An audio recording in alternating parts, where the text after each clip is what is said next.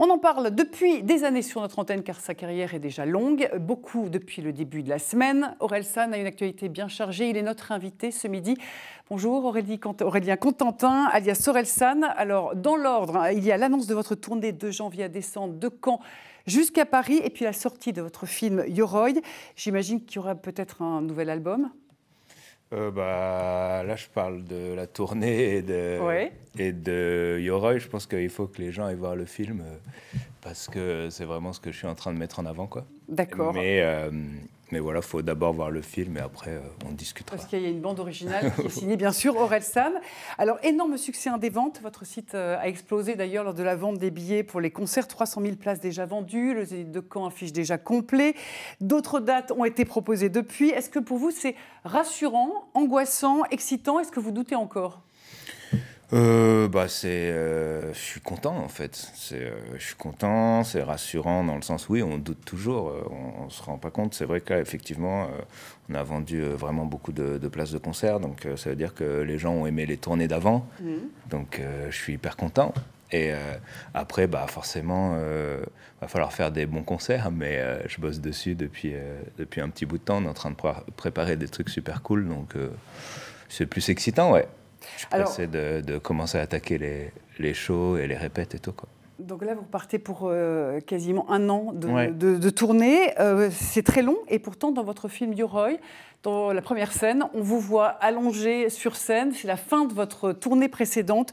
Vous êtes exténué. On voit que vous êtes beaucoup sollicité, les selfies, le public. Comment est-ce que justement vous gérez cette notoriété ? Comment je gère? Je gère en me recentrant sur ce que j'aime, quoi. C'est-à-dire faire de la musique, sortir des projets, écrire.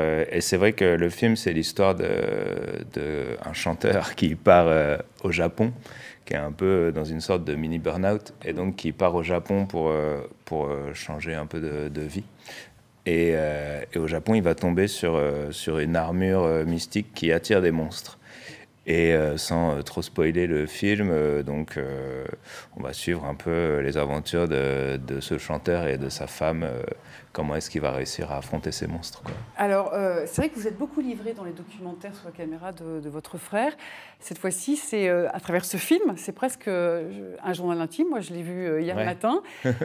Et vous avez besoin de vous livrer comme ça et de raconter, de partager peut-être vos doutes. Alors, même si c'est peut-être un autre chanteur, hein, mais de partager avec le public. Non, c'est pas un autre chanteur. Je joue le rôle d'Orelsan. Et je trouve que c'est ce qui fait quelque chose d'intéressant et de personnel. Moi, ce que j'aime bien dans la musique ou dans les films, c'est quand on me raconte une histoire qu'on maîtrise. Et donc, c'est toujours intéressant de partir de ses propres sentiments. Après, c'est de la fiction, donc je raconte pas vraiment exactement ma vie. Il y a des monstres. Donc, mais c'est vrai que je trouve que c'est une forme qui me plaît. Ouais. J'aime bien quand je lis un livre ou quand je vois quelque chose, savoir que l'auteur y a mis du sien, quoi. Donc forcément, partir de sentiments qu'on connaît, c'est toujours plus simple. Alors les monstres, c'est effectivement des démons, il est question d'alcool, de la montée de l'extrême droite, par exemple, de harcèlement. Est-ce que ce sont les thèmes qui vous préoccupent, j'imagine ? Les monstres, c'est des yokai, donc du Japon. Et après, j'ai peur de trop raconter. En fait, personne n'a vu le film pour l'instant. Il y a que vous. C'est vrai, il n'y a que moi. Il n'y a que vous qui l'avez. Non, c'est vrai qu'il ne faut pas qu'on spoil, vous avez raison. Du coup, l'avant-première, la toute première avant-première est ce soir à Caen. Et c'est la première fois que des gens vont voir le film en entier. Je ne me rends même pas compte si après, du coup, les gens seront au courant de ce qui se passe. Et on a sorti une bande-annonce il y a 2 semaines. Mais on a quand même essayé de garder pas mal de surprises. Donc c'est pour ça que je suis un peu encore... Non, d'accord, on va passer. Alors, en tout cas, ce que je peux dire, vous avez un avatar aussi dans le film. Il y a un rappeur qui est un peu, finalement, qui est arrogant, qui est masculiniste, qui est violent.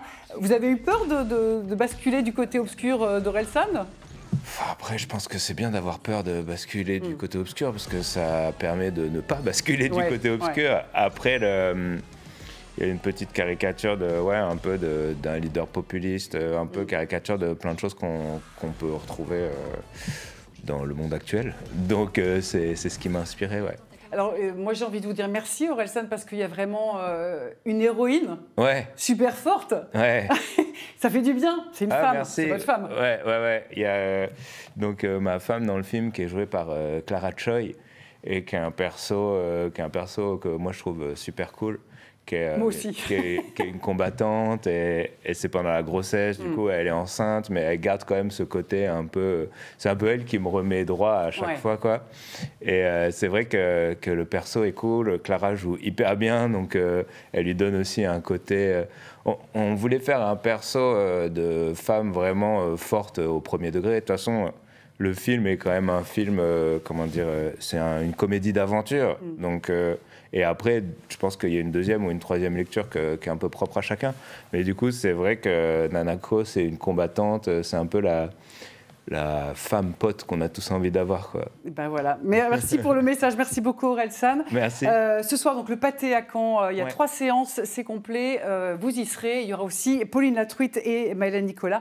Reportage demain midi. Merci à vous. Super. Et puis, on va passer par une information qui peut vous intéresser. Le tirage au sort du 5e tour de la Coupe de France a eu lieu hier au Casino de Cabourg. Il y aura un derby normand le week-end du 11 et 12 octobre prochain.